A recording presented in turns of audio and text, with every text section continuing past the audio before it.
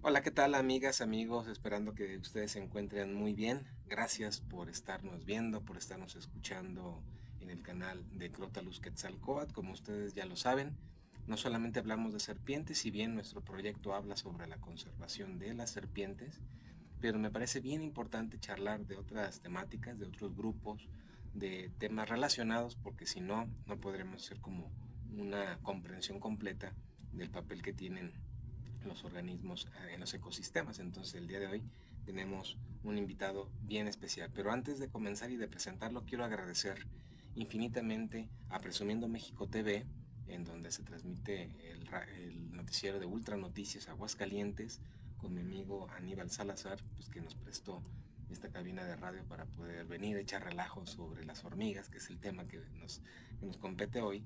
Y pues muchísimas gracias por esa confianza y por ese espacio. Y ahorita el invitado que ahorita voy a presentar también lo vamos a entrevistar, vamos a charlar rico en una mesa de debate. Entonces también voy a poner abajo en la descripción del video, voy a poner el link para que ustedes también puedan ver esta charla. Bueno, pues ya sin más preámbulos, quiero agradecer mucho al maestro en ciencias Israel de Jesús Rodríguez Elizalde, quien es un especialista en un grupo maravilloso, bien interesante, y que luego creo que pocas veces nos damos el tiempo de hablar de este grupo y de entender la importancia que tiene. Muchísimas gracias, Isra, por aceptar la invitación. No, pues un gustazo. Yo también acá encantado de platicarles un poquito de pues lo que estoy haciendo ahorita en este momento de mi vida y de platicarles de este grupo tan interesante y tan increíble del que tenemos un montón de cosas que aprender.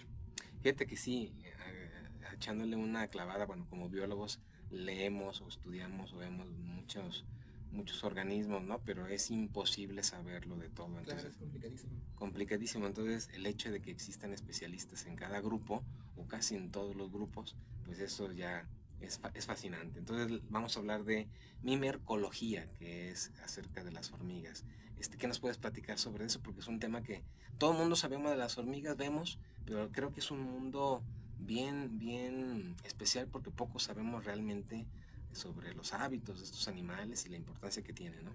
Sí, bueno, primero para ponernos un poquito en contexto, justamente hablabas de lo que es la mirmecología, que es, digamos, la rama de las ciencias biológicas y de la entomología en particular que se encarga del estudio de las hormigas. Uh -huh. Yo soy mirmecólogo, pero antes me formé como entomólogo, que pues, somos las personas que estudiamos insectos en general desde diferentes perspectivas. Y yo particularmente me siento más ecólogo que mirmecólogo, o más Ah, ok. ecólogo que entomólogo, porque utilizo las hormigas como modelo para poder responder el tipo de preguntas que a mí me interesa, pues, tener respuestas. Por ejemplo, no sé, cuál es el efecto que tienen las actividades humanas sobre diferentes grupos, cómo es que se están adaptando las especies a la perturbación, la preferencia de hábitat, interacción con otros organismos, ese tipo de cosas. Entonces, de entrada, las hormigas es un modelo perfecto para poder responder ese tipo de preguntas, porque pues para empezar las tenemos en todos lados. Uh -huh. Me atrevería a decir que no hay lugar de México que no tenga hormigas. Claro. Entonces, en parte también por eso quise entrarle a este grupo, porque no quería como tener tantos problemas a la hora de encontrar mi modelo de estudio. Claro. Otra cosa que los hace modelos muy interesantes para responder preguntas es que son muy abundantes, que son fáciles de colectar, que su taxonomía está más o menos bien resuelta, o por lo menos mejor resuelta que la de otros organismos, Claro. y que aparte pues son muy sensibles al cambio ambiental. Entonces ocupan una gran cantidad de nichos y es muy fácil identificar, por ejemplo, grupos funcionales a partir de los hábitos alimenticios o ecológicos que tienen los diferentes grupos de especies. Entonces, de entrada, ese es el enfoque que a mí me gusta darle a las hormigas, es la razón por la cual las estudio, pero pues se pueden estudiar desde un montón de perspectivas. Su comportamiento es muy interesante, su evolución también es muy interesante, utilizarlas como modelo genético también es súper interesante. Entonces, es un grupo que da para sacar muchísimo jugo desde diferentes perspectivas. Sí, fíjate que por ejemplo ahorita que hablas sobre que está resuelta, bueno, no completamente, pero sí en una gran parte de su taxonomía, se me viene a la mente la bronca que son los arácnidos, ¿no? Ay, sí, sí, sí. Es un grupo bien Ajá, por interesantísimo, supuesto. pero yo nunca he conocido a alguien que diga, pues yo la verdad soy taxónomo de arácnidos porque realmente se estaría metiendo en un mega problema. Sí, sí, mira, justamente ahorita del proyecto que estoy trabajando en mi doctorado, uno de los capítulos tiene que ver con redes de interacciones entre hormigas con otros bichos. Mucho de lo que me salió interactuando con mis hormigas fueron arañas en Ajá. particular. Bueno, redes de coexistencia, digamos, es muy difícil aseverar con los datos que tengo si están realmente interactuando o no. Claro. Pero me metí un poquito en taxonomía de arañas y es complicadísimo, es Sí, muy complejo. Mis respetos para la gente que se dedica de lleno a eso. sí, Pero también ecológicamente hablamos de un grupo súper interesante. claro. Oye, y mencionabas ahorita también que son sensibles, vamos, podemos utilizar estos organismos, las hormigas, como también indicadores de la calidad del ambiente, o Por sea, supuesto. no quiere decir que no vamos a encontrar, como dices tú, en todos lados hay, pero sí nos va a decir, oye, pues es que no hay tanta abundancia o tantos grupos como debería de estar. Tal vez nos vas a explicar un poco más, pero sí son esos como puntos a tomar en cuenta cuando estamos viendo cómo está la sanidad de un Sí, claro, ambiente, la ¿no? calidad ambiental. Sí, bueno, de entrada, digamos que de indicadores biológicos, pues podemos tener de tres tipos. Los de químicos, los de interacciones y los ecológicos, que Ajá. es donde entran más bien las hormigas en este punto particular. Y los indicadores ecológicos justamente nos sirven para poder darnos una idea de la calidad ambiental, de qué tan conservado, de qué tan perturbado es un hábitat, y la presencia o ausencia de ciertas especies nos puede dar un indicio pues, de esto que estamos platicando. Las hormigas son excelentes indicadores ecológicos justamente porque son muy sensibles al cambio, porque colectarlas es muy fácil y porque están en todos lados. Y también porque la parte de identificación, lo que te comentaba, no es tan compleja como otros grupos. Entonces, Claro, bueno, cada taxónomo va a defender a su grupo. por supuesto. Yo voy a decir que las hormigas son los mejores indicadores ecológicos. Y yo voy a hablar de las Por serpientes, entonces, supuesto. claro, Sí, por pero supuesto. sí, de hecho, justamente otro de los capítulos de mi tesis de doctorado tienen que ver con indicadores ecológicos. Ajá, Y aquí en Aguascalientes en particular llaman la atención que si hay indicadores de perturbación, la famosa hormiga roja, la Pogonomyrmex, ajá, la famosa hormiga de fuego, que es la Solenopsis. Pero también hay sitios más conservados que sí cuentan con una mirmecofauna muy peculiar. Tenemos, por ejemplo, zonas más conservadas en donde tenemos hormiga escamolera, que no se adapta tan fácilmente, o por lo menos no de este lado del país, a ambientes perturbados. Entonces, la hormiga escamolera puede ser un muy buen indicador, por lo menos aquí en Aguascalientes, de calidad ambiental. bien. Tenemos otras, por ejemplo, que son las Lasius, que son unas hormigas especialistas de zonas de alta montaña, eh, depredadoras muy específicas y también de hojarasca que como tienen hábitos muy particulares no se adaptan tan fácilmente al disturbio y pueden ser muy buenos indicadores, por ejemplo, de hábitats conservados. Ok. Oye, por ejemplo, acerca de su papel ecológico, Uh -huh. yo sé que no es tan fácil, a veces nos dicen, a ver, ¿por qué Sí, son claro. importantes los animales, no? ¿Por qué son importantes tal cual organismo? Y a veces es bien complejo poder explicarle a cualquier otra persona por qué son tan importantes, pero a grandes rasgos, porque seguramente los que nos están escuchando, nos están viendo, muchos de ellos no son especialistas o a lo mejor no son biólogos Uh -huh. o van en esa vía, ¿no? De, Claro. de ver si les gusta la biología para estudiar.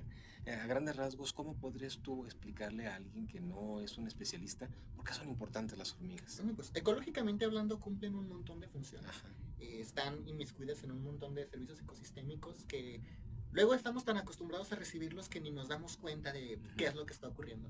claro. Entonces, las hormigas funcionan, por ejemplo, como parte de las redes tróficas, son controladores de plagas y también son alimento de otros grupos de organismos. Ajá, Como la mayoría llevan a cabo, bueno, viven en nidos que están en el suelo, pues son muy buenos oxigenadores de suelo. ajá, También los desechos que surgen a partir de sus actividades cotidianas funcionan, por ejemplo, como nutrientes para el suelo. ajá. También tienen redes de interacciones muy interesantes, por ejemplo, con plantas. Hay algunas especies de hormigas que protegen especies muy particulares de plantas y es una interacción tan específica que uno ya no puede sobrevivir sin el otro. Entonces, Ujú, es también parte importante de conservar otros grupos de especies. Eh, También participan en el reciclaje de nutrientes. ajá, También están inmiscuidas en cosas, por ejemplo, de parasitismo, también como controladores de plagas. claro, Están en todos, tienen también su importancia económica, su importancia cultural. claro. Sí, sí, sí. Oye, por ejemplo, entonces, muy al principio mencionaste algo que me parece bien interesante, la evolución de las hormigas.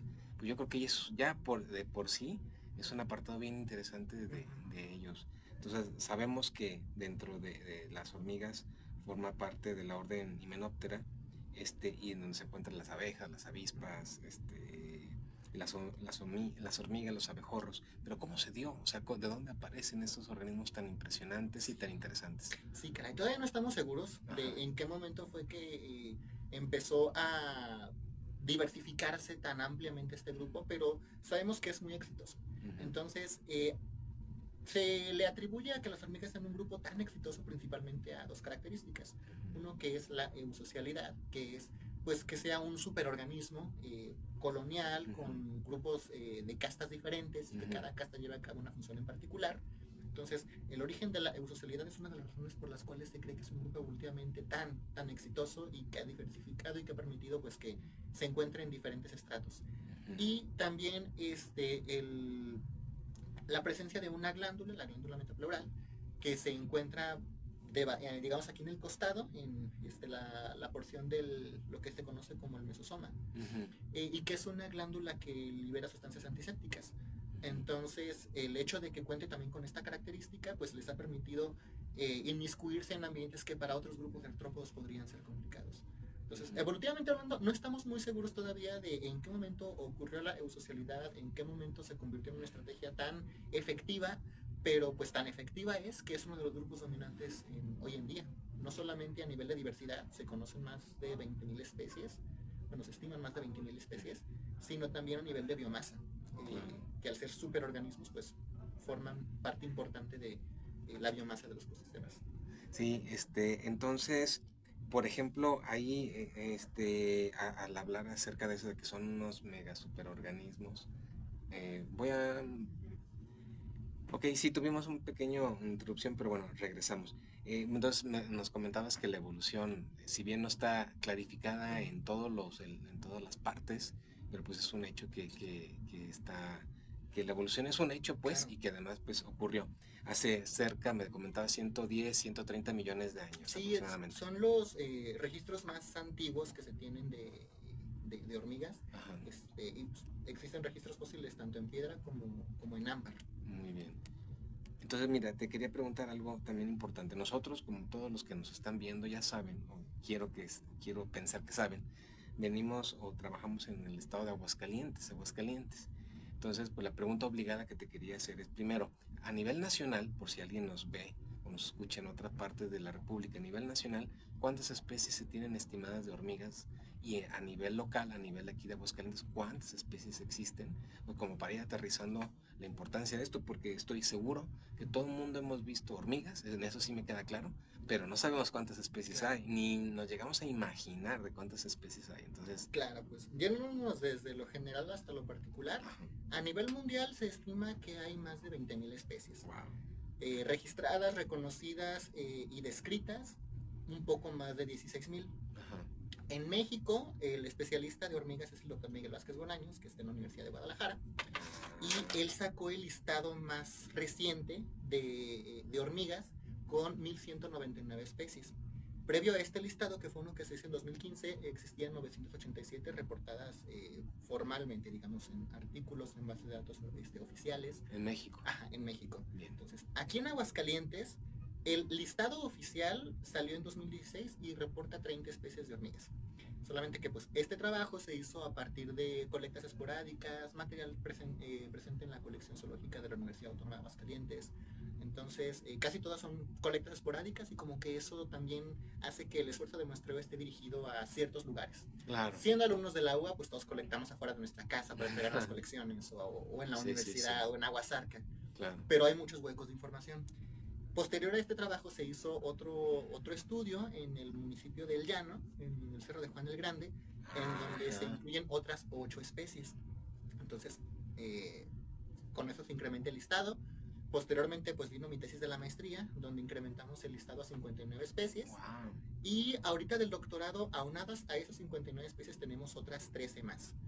Entonces, No sí, digamos que están rondando las 70 especies más o menos de hormigas conocidas para Aguascalientes.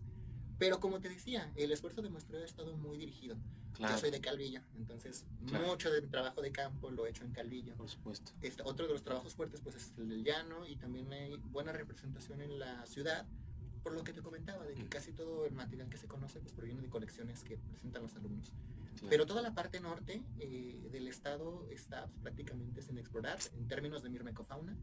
Entonces valdría mucho la pena hacer como que un muestreo dirigido, ya más sistemático, no solamente para responder preguntas ecológicas como las que te comentaba al principio, sino también para pues, poder completar ese listado de especies de hormigas. Yo sueño con algún momento así contar con ese listado completo y estaría increíble también tener una buena guía de campo o una buena clave taxonómica para pues poder utilizar utilizarlo como una herramienta. Claro. Justamente lo que platicamos hace ratito de que las hormigas tienen mucho potencial en distintas áreas para responder diferentes tipos de preguntas, incluso en ecología aplicada. Pero pues el problema al que nos enfrentamos es que no hay especialistas o no hay buenas herramientas como para poder utilizarlas. Entonces, si se puede a nivel local, ahí me encantaría en algún momento así contar con un listado lo más completo posible y una buena clave. Incluso hasta me atrevería a decir que hasta un libro que Sí, sería súper claro, genial porque, por supuesto. y no de un tomo, de varios, porque estabas hablando de 70 especies, más todos los aspectos culturales, más los usos y costumbres de las personas que tienen con las hormigas a nivel nacional y a nivel local.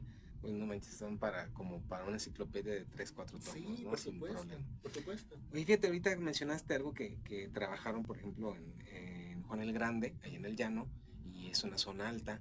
Entonces, mi pregunta es, por ejemplo, yo como herpetólogo, que amante de las serpientes, me he encontrado que hay, lo sabemos, serpientes de cascabel que habitan zonas altas y de ahí no bajan, ¿no? O sea, están adaptadas. Algo similar ocurre con algunas especies de hormigas que se encuentran en zonas altas o zonas bajas, pero nunca las vas a encontrar más abajo, o las de los valles, no las vas a encontrar en zonas altas por este aspecto de que se adaptan muy bien a las condiciones y todo eso. ¿Esto ocurre en las hormigas? Sí, es también un fenómeno bastante interesante y en algunas especies o grupos de especies de hormigas es tan marcado que incluso sirve para hacer una clasificación más artificial, digamos, pero basada más en las características ecológicas y los hábitos tróficos que en pues, su historia evolutiva. Entonces justamente hay un grupo de los grupos funcionales, según una de las clasificaciones más utilizadas, que define a hormigas de alta montaña o especialistas de clima frío. Qué chido. Entonces, está muy padre, está muy muy padre, está muy interesante y justamente son organismos con hábitos tan específicos que difícilmente es improbable que se encuentren en altitudes mucho más bajas. Entonces, aquí en Aguascalientes, por ejemplo, tenemos a las hormigas Lasius, que son especialistas de alta montaña. Tenemos Prenolepis, que es otra especie especialista de alta montaña. Aquí en Aguascalientes, las hormigas escamoleras también las he encontrado siempre en zonas altas y de bosque de encino, pero en otros lugares del país se encuentran también en zonas áridas. Entonces, como que algo también tiene nuestra región en particular que impide que las hormigas escamoleras pues, se encuentren en zonas más bajas. También algunas hormigas del grupo de las hormigas mieleras, de las Myrmecocistus, que la literatura nos dice que son especialistas de zonas áridas y cálidas, pero aquí en Aguascalientes son muy comunes en zonas altas y de bosque de encino. Entonces, algo está ocurriendo también ahí y que nos habla de la plasticidad que tienen estos organismos y pues, cómo es que se adaptan a nivel local para responder al ambiente en función de lo que tienen pues, al alcance. ¡Wow! Impresionante. Ahorita hablando precisamente que estabas explicándonos todo esto, se me vino a la mente acerca de que luego en campo vemos estas hormigas que le llaman hormigas de felpa o hormigas de terciopelo, que en realidad pues, no son hormigas. Sí, claro. Entonces, que son los famosos mutílidos. Sí, claro. Explícanos, porque luego la gente nos confundimos de que ahí va una hormiga, pues no son hormigas. Sí, sí, los mutílidos también son súper interesantes y es meternos a otro mundo fantástico también. Pero una hormiga, para que sea hormiga, debe contar con al menos 3 características. Morfológicamente hablando, tiene un peciolo y un pospeciolo, que es como una cinturita dividida en 2 partes. Todos los himenópteros tienen cintura, pero la de las hormigas, digamos que está más pronunciada y está dividida en 1 o en 2 segmentos. No hay ningún otro grupo de himenópteros que tenga peciolo o pospeciolo. Pueden tener una acinturación diferente, pero es prolongada, digamos, del abdomen. Pero una división como tal, tan marcada, solamente en hormigas. Entonces, si tiene peciolo o peciolo y pospeciolo, es hormiga. Otra característica que tienen es la eusocialidad. Absolutamente todos los grupos de hormigas son eusociales o dependen de la eusocialidad.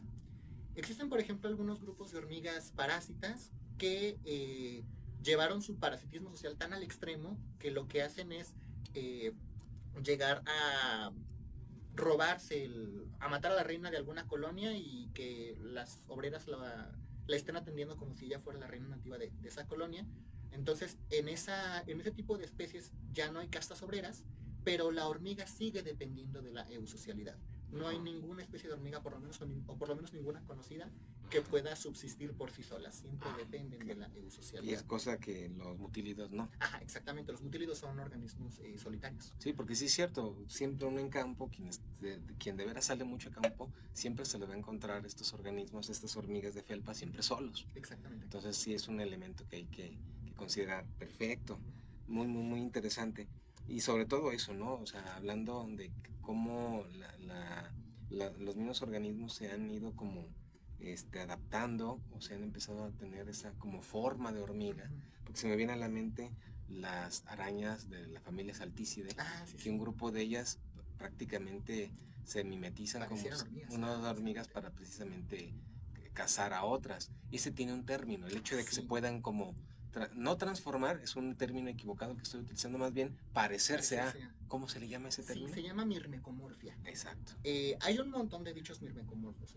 Nos mencionas, por ejemplo, las arañas altícide, que hay algunas que tienen formas que pareciera que son hormigas, pero también hay chinches mirmecomorfas, hay homópteros mirmecomorfos, hay unos membrácidos impresionantes. Los membrácidos de por sí son muy bonitos. Sí, están bien chidos. Sí, los membrácidos, para los que no los conozcan, son un grupo de organismos cercanos a las chinches, parientes de las cigarras, pero que tienen formas muy locas y colores también muy extravagantes. Entonces, hay algunas especies de membrácidos que en la estructura conocida como pronoto pareciera que tiene forma de hormiga. Entonces, eso al membrácido le sirve porque pues, en campo son muy torpes y de esa forma pues evitan a los depredadores.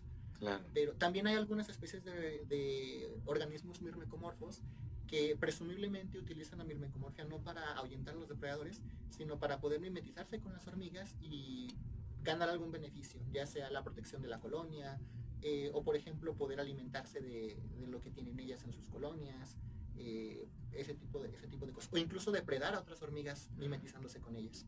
Oye, por ejemplo, me imagino que esa mimercomorfia no solamente es física, sino también olfativa, ¿no? O sea, no es química, porque me imagino que en el mundo de las hormigas todo es también la cuestión química. Entonces ellos también hacen un proceso de que su química sea tan parecida que otros miembros de una colonia, ahora sí, de hormigas, pues no vean la diferencia y puedan estos organismos estar dentro. Algún beneficio. Ajá. Sí, claro que sí. Para las hormigas la comunicación química es muy importante. Si luego, por ejemplo, vemos hormiguitas que se están tocando las antenas o que están como chocando las cabezas, lo más seguro es que estén haciendo algún intercambio químico de sustancias para comunicarse entre ellas.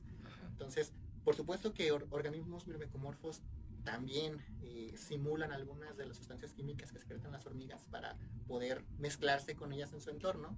Pero ahora que tocas el tema, hay un tipo de interacción bastante interesante entre orugas y hormigas, en el que las orugas también se valen de despedir sustancias químicas que permite que las hormigas pues se las lleven a su colonia, pensando que son parte de su colonia, las alimenten y las cuidan como si fueran sus propias larvas, y la mariposa pues sale el adulto, pero después de que fue criado y cuidado por las hormigas, ya evitándose, por ejemplo, infecciones, parasitoides, depredadores y un montón de problemas. Si son de la familia Licenidae, son lepidópteros también súper interesantes. Bien interesantes. Oye, aquí tengo dos preguntas que se me generaron y que no vienen de leer sobre entomología, sino viene sobre a lo mejor la cultura popular. Primero las marabuntas. Yo me acuerdo que de niño vi una película con Charlton Heston, que a mí me impresionó, me gustó. De por sí yo de morrillo me gustaban mucho las películas de Charlton Heston, no sé por qué. Pero las marabuntas, que luego se habla de estas megacolonias que pueden acabar con todo. Hay marabuntas aquí en Aguascalientes. Sí, tenemos marabuntas aquí en Aguascalientes. Bueno, el término marabunta también suena como muy hollywoodense. Sí, claro. Ajá. Muy dramático. Las hormigas marabuntas, hormigas legionarias, hormigas nómadas, son aquellas que pertenecen a la subfamilia Doryline. Todas las marabuntas son dorilinas. Y la particularidad que tienen todas las orlinas es que no hacen nidos como tal, o no forman colonias enterradas como las Ajá. atas mexicanas o como las pogonomyrmex. Son hormigas nómadas que todo el tiempo se están moviendo. Ah, ok. Entonces, llevan tan al extremo su adaptación que incluso llevan cargada a la reina todo el tiempo. Incluso la reina en temporada de apareamiento, en lugar de salir volando Ujú. para hacer el vuelo nupcial, Sí. lo que hace es liberar feromonas para que los machos lleguen. Ajá. Y están cargándola, se aparean en camino, Ah, órale. y una vez que la hembra está fecundada, se divide con un poquito de obreros para formar una nueva colonia, pero en ningún momento se entierra. Es todo el Por tiempo fuera. está ocurriendo mientras las hormigas se están moviendo. Entonces, eso es como que la particularidad ecológica y etológica que tienen las marabuntas. Ujú. Y que arrasan con todo a su paso. Si nosotros nos dejáramos, seguro también nos comerían. Ajá. Y también hace que sean bichos muy interesantes e importantes desde el punto de vista ecológico, porque hay un montón de otras especies que dependen de el trabajo de estas marabuntas para poder subsistir o para poder sobrevivir. Hay muchas especies de aves, por ejemplo, que se dedican a cazar las colonias de marabuntas porque ya saben que van a estar matando pequeños vertebrados, otros insectos. Entonces esperan a que los marabuntas lleguen y hagan el trabajo rudo, y luego ellos llegan y les quitan la comida. Órale. O hay algunas otras especies, por ejemplo, de hormigas, de arañas, que simulan también ser parte de la colonia de las marabuntas y están también pendientes a cazar lo que se les escape a las hormigas. Entonces, sí, son bichos muy interesantes. Reportados formalmente aquí en Aguascalientes tenemos, si mal no recuerdo, 6 especies. Eh, Ninguna tan exuberante como, por ejemplo, las cecitón, que son grandes y con mandíbulas enormes. Pero tenemos Neivamirmex, tenemos Nomamirmex, que son grupos de marabuntas también. Y esa es, por ejemplo, su distribución es muy local o se han podido documentar de que salen por ejemplo, de lo que es Aguascalientes, que digas, ah, bueno, si se mueven tanto que podemos tener el registro de que se van a Jalisco, pasan por Zacatecas, o esos estudios no se han realizado, Sí, es difícil. sí, es complicado. Bueno, digamos, la colonia de las legionarias, no sé cuál sea el rango de movilidad, el área de ocupación, digamos, de las colonias. De hecho, nunca me había puesto a pensar al respecto. Sería también un tema interesante. Sí, digamos, ¿cuánto necesita? A ver realmente qué tanto están abarcando. Pero sí, casi todas son de amplia distribución. Y pues uno pensaría que por ese tipo de hábito como tan peculiar son especies de hábitats muy específicos, pero las he encontrado en sitios tan conservados como algunos puntos de Sierra del Laurel o de Sierra Fría, o una cañadita que me gusta mucho de Carrillo que se llama la Cañada del Diablo. Eh, pero también los he encontrado en sitios perturbados como huertos de guayaba o incluso atrás de mi casa.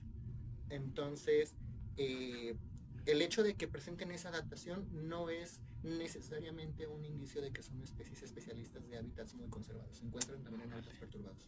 Vientos, no manches.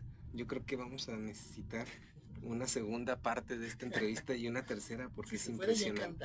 Oh, increíble. Oye, ya casi, en cierta manera, para ir finalizando, tengo una pregunta. Bueno, tengo dos preguntas, pero una es sobre las hormigas escamoleras. Aquí en Aguascalientes no se tiene mucho esa costumbre de consumo. De hecho, creo que de ningún insecto. Salvo a lo mejor ciertos momentos, pero en realidad en Aguascalientes no tenemos esa costumbre de consumir de entomofagia. Pero los escamoles, ¿dónde se pueden conseguir? O bueno, bien, ¿dónde los has registrado tú en el estado? Bueno, la hormiga escamolera, la especie que tenemos aquí en Aguascalientes es Leometopuma bicunatum. Lo que te comentaba hace rato es una especie especialista de zonas de alta montaña y bosques de encino. Es muy abundante, de hecho, en bosques de encino generalmente son las especies más abundantes o dominantes con respecto a otras en la comunidad de hormigas. Pero no estoy seguro de si las poblaciones sean tan estables como para poder pensar en un aprovechamiento del escamol, que bueno, yo nunca he comido escamoles, pero sé que son los huevecillos, las pupas de las hormigas lo que se consume. Pero aquí en Aguascalientes las he registrado en Monte Grande, las he registrado en diferentes puntos de la Sierra Fría, sobre todo lo que está más cercano a la zona de Calvillo por el Temazcal. También rumbo a la Congoja las he registrado por allá, las he registrado en la Cañada del Diablo, las he registrado en Sierra del Laurel, pero sí siempre en zonas de bosque de encino y zonas de alta montaña. En otras zonas del país sí están reportadas en zonas más bajas o incluso en zonas áridas llegan a ser consideradas como plaga. pero aquí en Aguascalientes no las he visto aún En otras en zonas que otras no sean zonas diferentes a que los que menciono. tienes. Sí. Oye, muy bien. Pues sí, definitivamente ya tenemos que programar esa segunda o tercera charla. Oye, siempre tengo la costumbre de que mis invitados les pregunto lo siguiente, porque seguramente alguien nos está escuchando, nos está viendo y a lo mejor es algún joven que está en nivel bachillerato y que le interesa a lo mejor la biología, pero también le interesa A, B, C, Z, ¿no? Y de pronto es muy común que nos digan, y a todos nos ha pasado a los biólogos, de que te vas a morir de hambre. O sea, eso es algo como típico de todos los biólogos y todos coincidimos. Entonces, a lo mejor hay algún chico que dice, es que sí quiero, pero me da miedo, o sí quiero, pero también me gusta esto otro. Entonces, a lo mejor los invitados siempre les pregunto cómo fue su proceso de entrar a biología y por qué, en este caso, las hormigas. Sí. Entonces, porque puede hacerle el clic a alguien, a algún chico, que diga, oye, pues es que ya, creo que ya sería engañarme mucho no Sí, trabajar sí, sí. con organismos. Entonces, Claro. ¿cómo fue tu proceso? ¿Por qué biología y por qué las hormigas? Ok, gran historia. Pues biología yo creo que igual que mucha gente, yo de pequeño veía los documentales. Claro. Entonces, en mi mente de niño de 5 años decía, si esa gente está saliendo en la tele, están Sí, agarrando animalitos, están chido. estudiándolos, y hay gente haciendo documentales, pues seguramente es su trabajo. Y si seguramente es su trabajo, pues seguramente les pagan. Claro. Y si ellos les pagan por hacer eso, pues porque a mí no. Claro. Entonces, cuando yo era niño, en mi lógica, antes de conocer la palabra biología, yo decía, yo me quiero dedicar a eso, quiero hacer eso que hace la gente de los documentales. Hubo un día muy catártico para mí cuando yo tenía 9 años, porque fue el primer día que vi la película de Harry Potter, el primer día que probé la lasaña y el primer día que escuché la palabra biología. Órale. Resulta que un tío político casado con una de las primas de mi mamá es biólogo, él trabaja en el INEGI.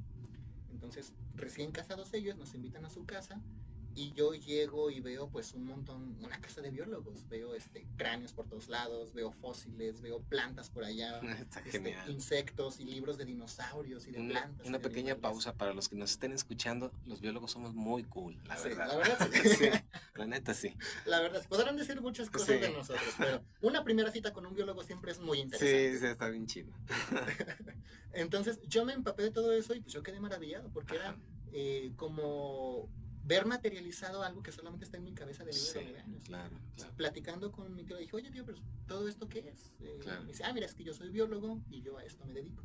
Y ya en ese momento hice clic y dije, yo quiero hacer eso. Es eso, claro. Y de hecho nunca me cuestioné realmente para qué o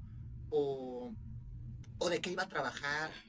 Más bien como que pensé eso hasta después de la carrera, pero siempre supe que quería ser biólogo. Ahorita, por ejemplo, cuando me preguntan de qué puede trabajar un biólogo o por qué estudiar biología, le dije, mira, siendo biólogo yo puedo trabajar de lo que yo quiera. Puedo ser taxista, puedo ser taquero, puedo trabajar en una oficina, claro. Pero sin el título de biólogo no puedo trabajar de biólogo. Teniendo título de biólogo puedo ser lo que yo quiera, puedo ser taxista, puedo ser taquero, puedo trabajar en una oficina y aparte puedo pelear puestos de biólogo, que claro. Son un montón. Claro. Entonces, a biología entré con esa mentalidad. Sobre la marcha probé diferentes cosas. Yo originalmente quería trabajar con serpientes venenosas. Órale. Me fui desviando en el camino porque me di cuenta de que soy como muy impaciente y trabajar con serpientes, con herpetofauna en general hay que tenerle mucho amor a buscar a tus bichos, porque no es como en la tele que levantas una piedra y salen, no es y tampoco, no sé cómo los señores de antes dicen que veían 10 o 20 serpientes de cascabel al día, no. Todavía hay gente que me dice a mí, no, es que yo aquí joven, por allá hay un montón, y yo voy a ese lugar y no encuentro nada. Es complicadísimo. Sí, es bien difícil. Sí, entonces creo que justamente ahí fue que me desencanté un poquito de la herpetofauna, me sigue pareciendo muy interesante, pero no disfruto hacer herpetofauna. Claro. Entonces le entré a los insectos, no tanto por los insectos en sí, sino porque me gusta mucho cómo se estudian. Ajá. Me gusta la idea de ir a campo, me gusta la idea de poner trampas, me gusta la idea de colectarlos, de hacer los montajes, de tomar fotografías. Sí, está bien chido. Es muy divertido. Y te digo, yo me siento más ecólogo que entomólogo, entonces me sirve, es el modelo idóneo para el tipo de preguntas que me interesa resolver. Perfecto. Eso está por un lado. Y y le llegué a las hormigas, no tanto por las hormigas, sino por los mirmecólogos. Porque el grupo de los mirmecólogos aquí en México, aunque somos muy poquitos, es muy cálido. Desde el principio me hicieron sentir muy en casa. Entonces, la primera vez que escuché una ponencia sobre hormigas fue del doctor Miguel Vázquez Bolaños, que es el especialista en taxonomía de hormigas de México, que de la Universidad de Guadalajara y que fue mi director de tesis de la maestría. Entonces, a él lo escuché por primera vez hablar en el Congreso de Zoología del 2013 que fue aquí en Aguascalientes. Y dije, wow, en algún momento de mi vida me gustaría saber tanto de algo y que me guste tanto como a este hombre a las hormigas. Entonces empezamos a tener como que cierto contacto académico, me invitó a un congreso, participé con una charla sobre las hormigas de la colección zoológica de la Universidad Autónoma de Aguascalientes y ahí conocí al gremio de los mirmecólogos. Entonces, pues fue cuando dije, no, creo que sí me siento cómodo aquí, me siento muy cómodo en este grupo. Y en este punto de mi carrera no estoy cerrado a estudiar algún otro grupo de insectos porque pues, lo que me gusta es la ecología, pero me siento cómodo con las hormigas y creo que siempre va a ser como mi grupo predilecto. Exacto, yo creo que esa es una parte importante. Por ejemplo, yo veo las lagartijas, y hay unas lagartijas que dices, híjole, qué ganas de meterme más a estudiar, pero creo que en algún momento dado nunca voy a poder desconectarme del gran amor que tengo por las serpientes, sí, ¿no? Sí, y es algo que comparto. Está padrísimo. Es padrísimo. Sí, para escoger carreras hay gente joven escuchándonos. Sí. Yo utilizo luego la analogía de los pasteles, de que hay mucha gente que nos gusta comer pastel, pero no a todos nos gusta preparar el pastel. Entonces, al momento de escoger una carrera, piensa en el pastel que te gustaría preparar, no en el pastel que te gustaría estarte comiendo, porque comértelo es bien fácil. Puede prepararlo alguien más y tú nada más estás leyendo el producto o estás utilizando el conocimiento generado a partir del trabajo de otra persona. Pero generar todo ese conocimiento o realizar ese trabajo que te permita obtener ese pastel, entre menos tortuoso, pues mejor. No, genial. Yo creo que espero que muchos chicos, que este es el objetivo también de que mucha gente, y sobre todo los más jóvenes, empiecen a desconectarse utilizando los medios como por ejemplo las redes sociales, que se desconecten de las redes sociales. Mi sueño es de que nunca lo voy a saber, pero que alguien diga, wow, hormigas, wow, serpientes, apague o se acabe el video de YouTube y se vaya a campo a buscar bichos. Eso sería lo más increíble que me pudiera pasar y nunca me voy a enterar, ¿no? Porque mucha gente pues lo va a hacer sin enterarnos. Entonces, el hecho de hacer divulgación de la ciencia con estos medios, pues es fascinante. Israel, la verdad, muchísimas gracias por la charla. Esto es un hecho. Yo cada vez que tengo un invitado digo, tengo que volverlo a invitar y tengo que volverlo a invitar y seguramente vamos a tener una segunda, una tercera, hasta una cuarta parte de esta charla. Si se pudiera, yo encantado también, pues gracias por la invitación, por el contacto. Ojalá que también sea el primero de muchas colaboraciones. Sí, igual en otro punto podemos platicar de otras cosas, no solamente de hormigas. Yo encantado de platicar de hormigas. O sea, hace falta hablar sobre la importancia en general de los insectos, que yo creo que luego la gente no comprendemos porque son importantes algunos grupos. Bueno, pues esta es una charla pendiente que seguramente lo vamos a abordar la siguiente charla. Claro que sí, encantado. Muy bien, muchísimas gracias. Muchísimas gracias. A ti, Isra, y bueno, ya para terminar, volver a agradecer a lo que es Presumiendo México TV, que nos facilitaron el poder charlar aquí en la entrevista en sus instalaciones. En especial a Aníbal Salazar, muy buen amigo que siempre nos ha hecho caso en nuestras loqueras. Yo no entiendo por qué, pero gracias Aníbal, y obviamente pues donde aparecemos semana con semana en la radio y en la televisión local acá en Aguascalientes, pues en Ultra Noticias. Así que muchísimas gracias y nos vemos a la próxima. Hasta luego.